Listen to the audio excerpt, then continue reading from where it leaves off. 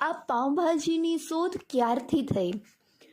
તો લગભગ 1850ના દાયકા દરમિયાન મુંબઈમાં જે ટેક્સટાઇલ મિલ્સ આવેલી હતી તેમાં જે મિલમાં કારીગર કામ કરતા હોય એ શરૂઆતમાં હળવો ખોરાક કે જલ્દી બની જાય એ ટાઈપનો ખોરાક બનાવતા, કેમ કે એ લોકોને જમીને ફટાફટ પાછું કામે લાગવાનું હોય.